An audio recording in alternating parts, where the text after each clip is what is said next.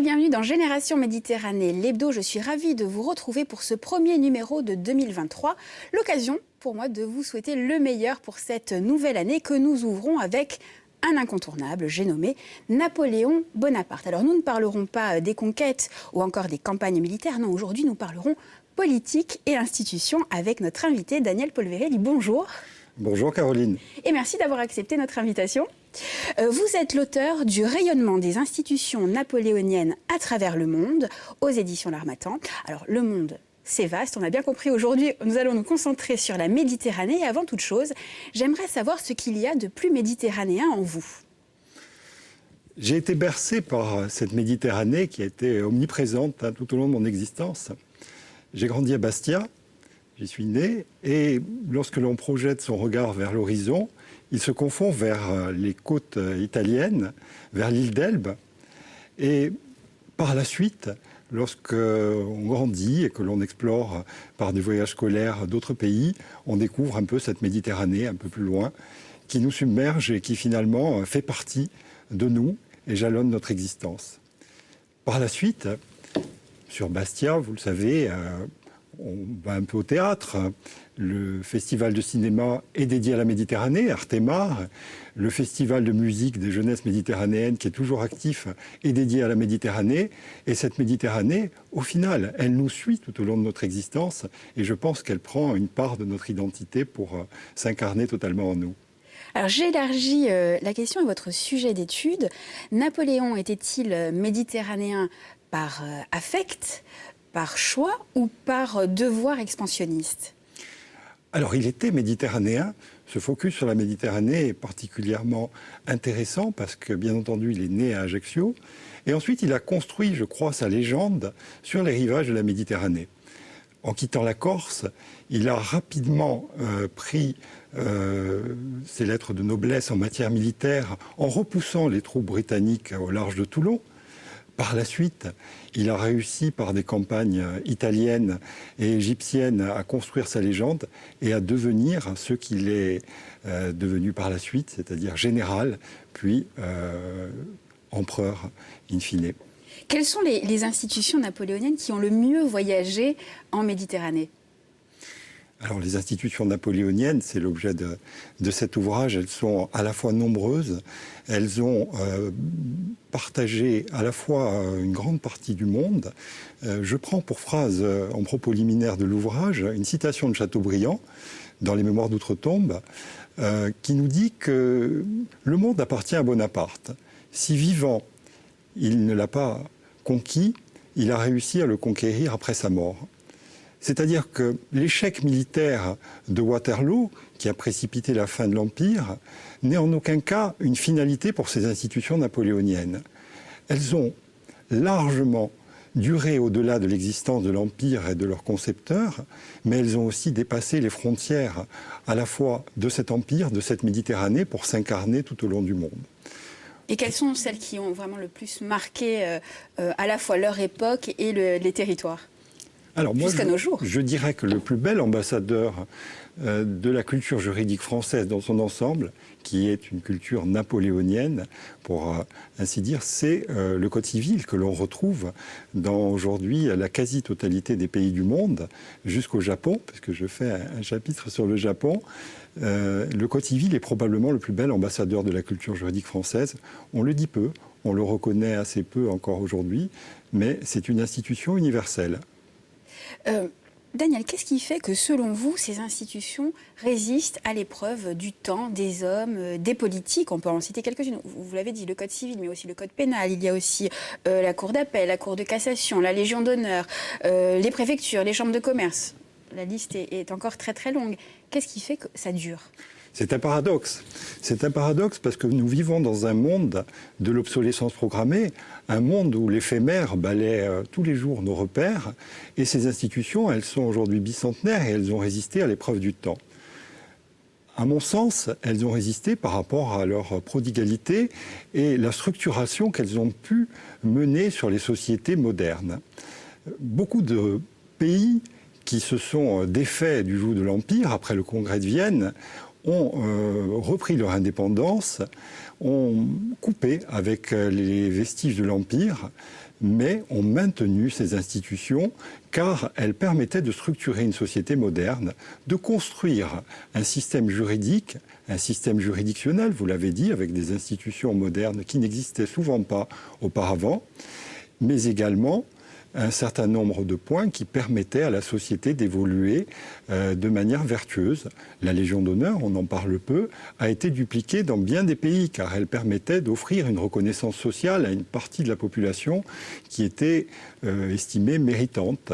Le cadastre est une institution qui a permis de moderniser et d'appréhender les territoires de ces pays de manière différente.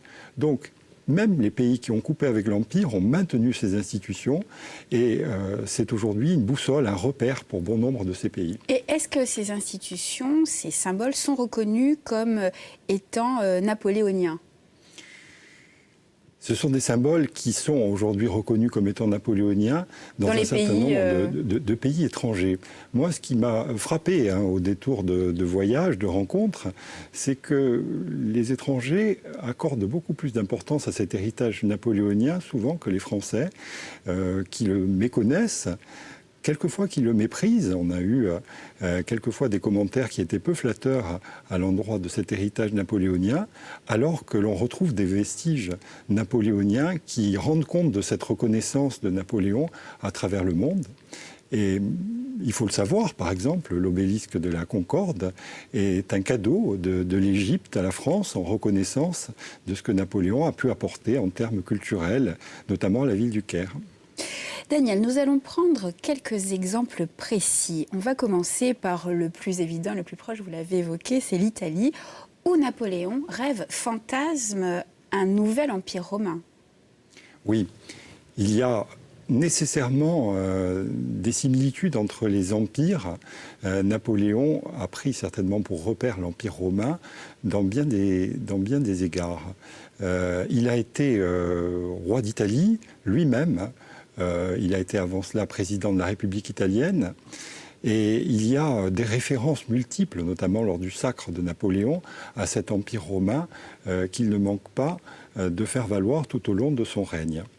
Il y a en plus, avec l'Italie, sans doute une affection particulière, parce que c'est un pays qu'il a apprécié, dans lequel il a vécu, qu'il a façonné pour partie. Je prends l'exemple de Milan, où il a notamment permis d'édifier aujourd'hui ce qu'est l'Arc de la Paix, sur le modèle de l'Arc de Triomphe, et beaucoup d'autres réalisations. Et il y a un affect particulier pour ce pays, qui est certainement lié aussi à l'histoire de l'Empire romain, et qui est certainement lié aussi à la chrétienté, qui est le centre de l'Italie. Voilà, et on voit le portrait de Napoléon couronné roi d'Italie, c'était le 26 mai 1805 à Milan. Un portrait réalisé par l'artiste milanais Andrea Appiani. Vous le considérez également comme le précurseur de l'unification politique du pays ? Oui. Pourquoi ? Parce que lorsqu'il s'est emparé de ces territoires italiens, il n'y avait pas à l'époque d'unité italienne. L'Italie était composée d'une multitude de royaumes, d'entités, de territoires qui étaient désunis. Et peu à peu, par la conquête d'abord du royaume d'Italie, du royaume de Naples, des États pontificaux, des départements français qui bordaient la zone, il a réussi à agglomérer toute cette péninsule autour de lui, à l'exception de la Sicile et de la Sardaigne, mais l'Italie continentale était agglomérée sous le contrôle de Napoléon. Et c'est donc à cette période que pour la première fois, les habitants de cette péninsule ont expérimenté un sentiment national, se sont battus ensemble sous les couleurs de cet empire et ont pu créer cette cohésion qui a par la suite donné lieu à ce que l'on a appelé le Risorgiament et l'unification italienne quelques décennies plus tard. Il a également redéfini les rapports entre l'Église et l'État, ce qui n'est pas anodin en Italie. Absolument. Absolument, parce que le Concordat aura été une institution notable de ses réalisations, qu'il a réussi à exporter d'ailleurs dans un certain nombre de pays, et il est parvenu à concilier un petit peu la religion avec le pouvoir, donc entre le temporel et le spirituel.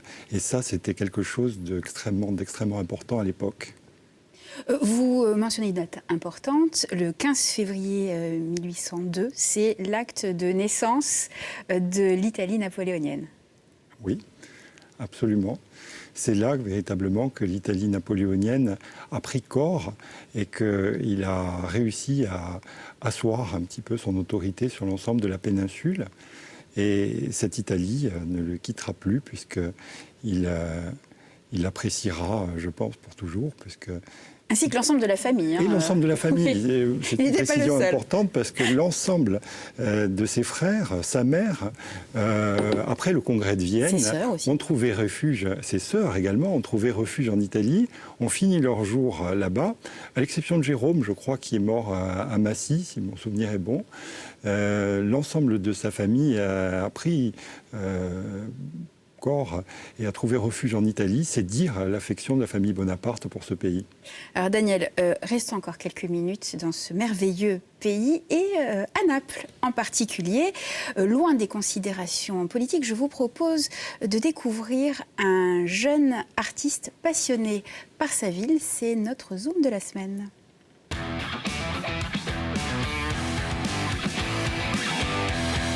Si Naples nous était révélée, elle le serait à travers le regard de Ciro Pipoli. Photographe originaire des quartiers espagnols, il est l'un des ambassadeurs les plus talentueux, les plus populaires aussi de cette ville frénétique.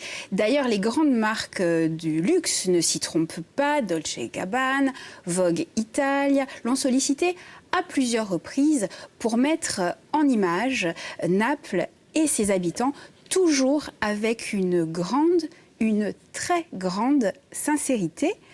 On regarde.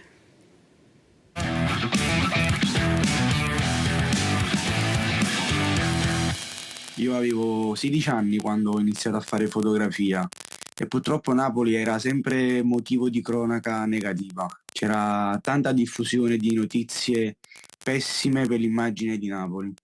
Eppure io quello che vivevo a Napoli era un qualcosa che secondo me non veniva mai raccontato da un punto di vista giornalistico. E quindi decisi che nel mio piccolo volevo raccontare la mia città.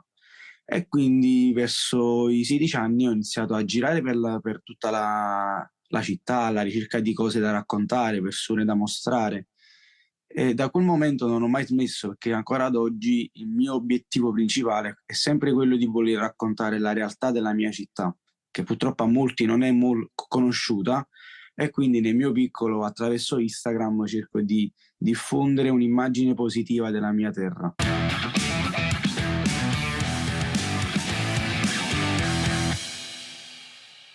Molte delle scene che io fotografo, per mia fortuna, sono scenari per me di vita quotidiana, perché anche se non avessi la macchina fotografica, io vivo in certi contesti, vivo vedendo certe cose. Quindi per me risulta molto semplice, diciamo, raccontare l'anima di Napoli.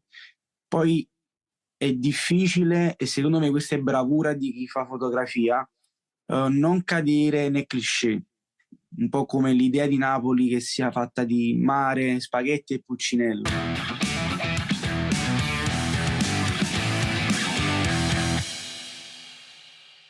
Per me Instagram è stato il social principale su cui io ho potuto mostrare quello che sono i miei lavori e mi hanno consentito col tempo di raggiungere una grande rete di persone.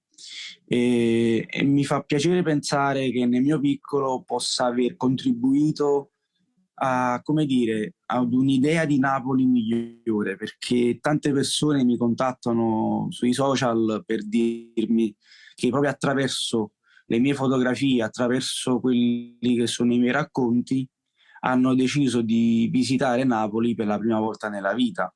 Oppure napoletani stessi che mi hanno contattato e mi hanno detto: prima del tuo profilo non conoscevo tutte le bellezze di Napoli. Quindi io credo che se usato bene può essere un ottimo mezzo di comunicazione Instagram.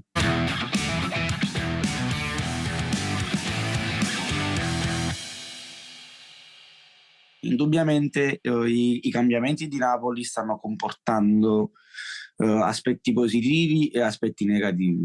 Indubbiamente quelli positivi sono che per fortuna nostra oggi Napoli è una delle città più visitate in Italia e in Europa, però questo comporta comunque, come dire, un aspetto negativo che è quello dell'organizzazione, perché quando un numero di turisti è così alto una città dovrebbe essere pronta. Diciamo che poi l'altro aspetto negativo che l'aumento del turismo può comportare che i napoletani si adattino alle esigenze di quelli che sono dei turisti e quindi magari questo può comportare che si possa perdere un po' l'anima della città, mentre il mio punto di vista è che la città deve adeguarsi al numero di turisti, ma soprattutto lo deve fare mantenendo quella che è la sua identità, senza dover necessariamente accontentare a tutti i costi quello che è la richiesta del turista.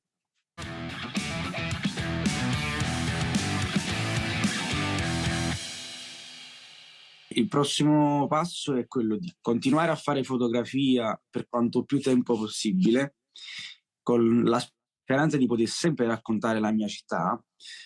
E di conseguenza l'obiettivo che mi auguro di realizzare è quello di portare una mostra fotografica in un'altra nazione, in modo tale da poter dare un'immagine di Napoli concreta in un paese dove magari la realtà di Napoli non è ancora molto conosciuta.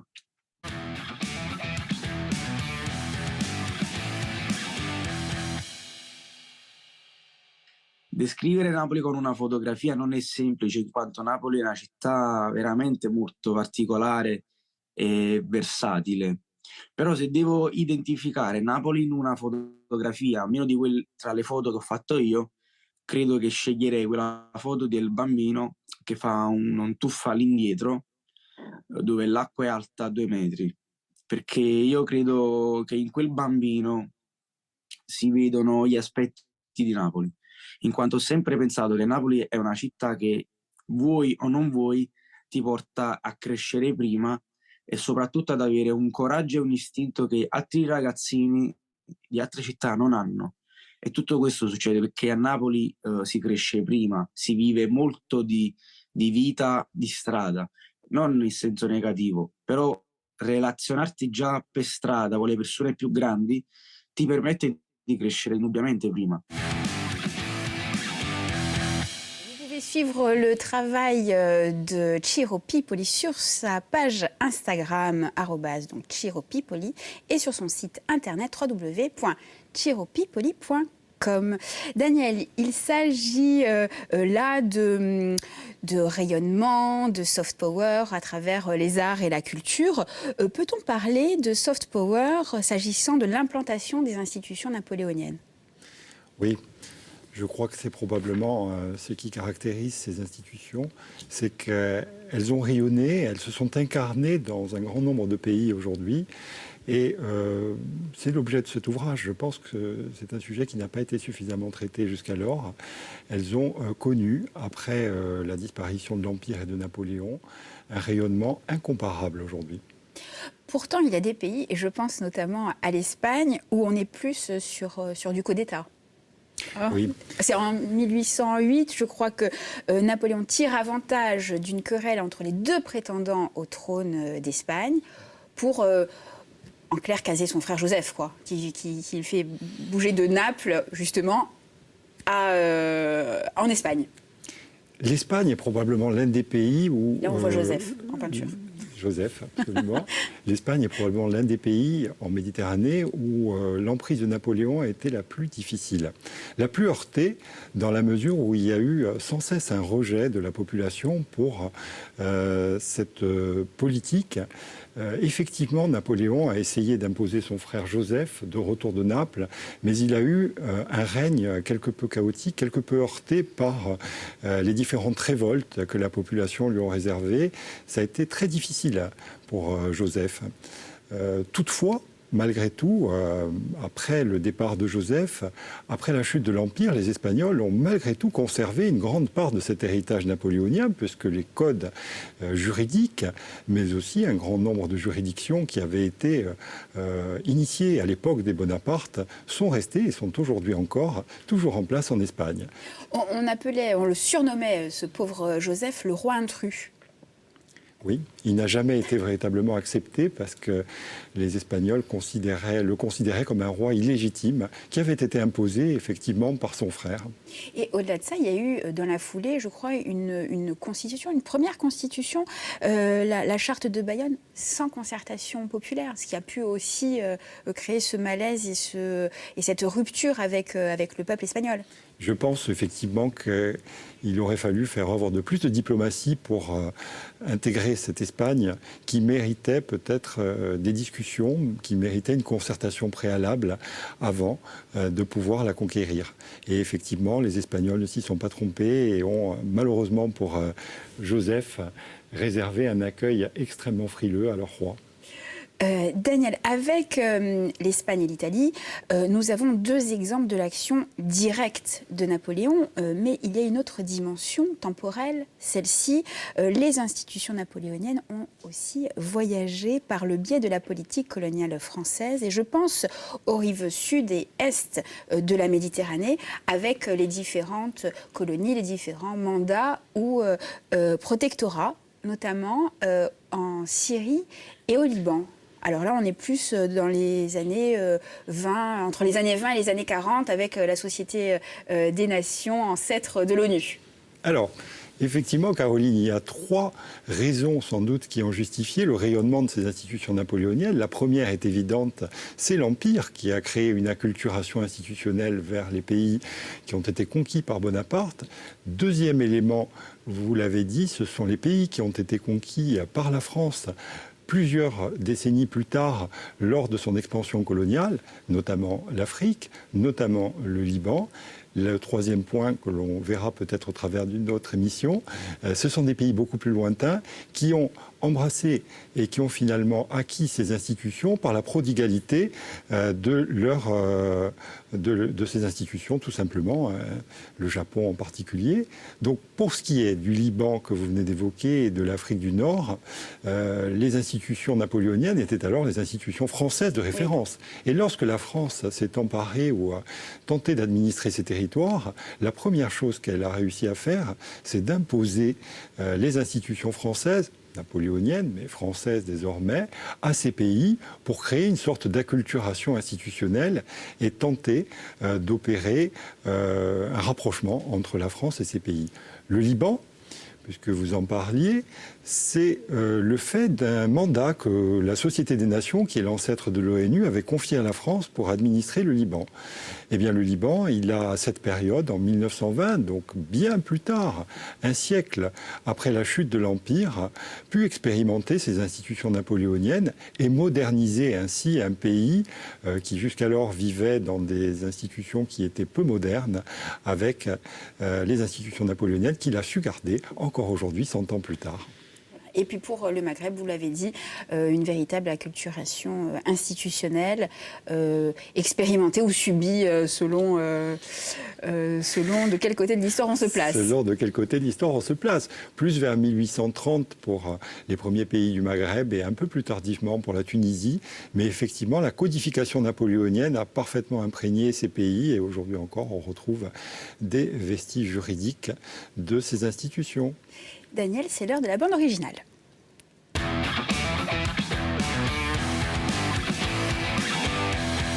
Vous avez choisi un titre de circonstance, Au général, et de Voce Vent, extrait de l'album Ci sarà sempre un canto. Cette chanson, c'est une lettre de Napoléon pour Pascal Paoli, texte Alain Dimet, musique Frédéric Pogé, arrangement Michel Thomé. Voilà, quelques mots sur cette chanson pour conclure l'émission, Daniel. Sur cette chanson, alors c'est une chanson qui déjà est très belle, très mélodieuse, mais qui en plus est riche de symboles, parce qu'on oppose souvent deux généraux, Pascal Paoli au crépuscule de son existence et Napoléon Bonaparte, général en devenir.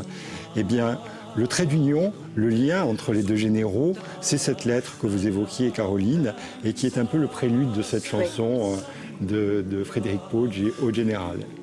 Merci beaucoup Daniel. Il me reste quelques secondes pour rappeler le titre de votre livre, Le rayonnement des institutions napoléoniennes à travers le monde, aux éditions L'Harmattan. Merci de m'avoir accompagné durant cette émission. Merci à vous de nous avoir suivis. On se retrouve la semaine prochaine, même endroit, même heure, toujours sur France 3 Corse via Stella ou en replay sur le site france.tv. Salut!